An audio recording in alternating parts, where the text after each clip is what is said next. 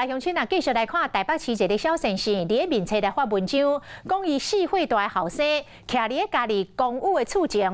就徛伫咧台北自来水公司的旁边的水箱的铁挂的面顶，想袂到这个铁挂突然间落落，后生就直接摔落，喙角来切破皮，哪会遮尔啊危险的？自来水公司来回应讲，已经派人去检查，当时放三角锥来警示，避免过来发生着意外。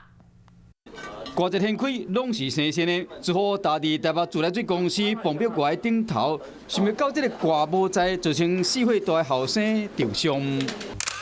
刚才敢若喙唇小可真空尔，因为身悬100公分的伊，雄雄落落去30-40公分，到即摆想到也会惊。他当下当然会吓一跳，再加上脸部都有点受伤，所以其实当下我们要带他去医院的时候，小朋友也其实因为太害怕，所以都不太敢去。 代志发生伫台北信义区中景路，当时这个囡仔徛伫铁挂顶要提皮，想袂到煞受伤。伊讲遮大的住户大部分是老大人，这款情形真的是真危险。看到水沟盖还有那些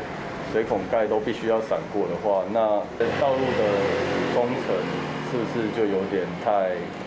草率了一点。记者实际将脚踏入去刺，差不多到骹肚的所在。何况讲是一个4岁大的囡仔，相关的单位已经派人去勘查，同时防止别人搁打到。如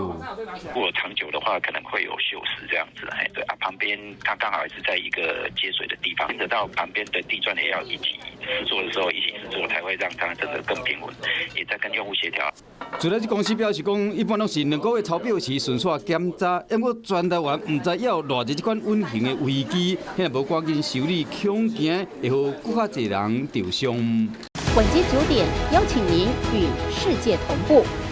，60分钟掌握全球脉动。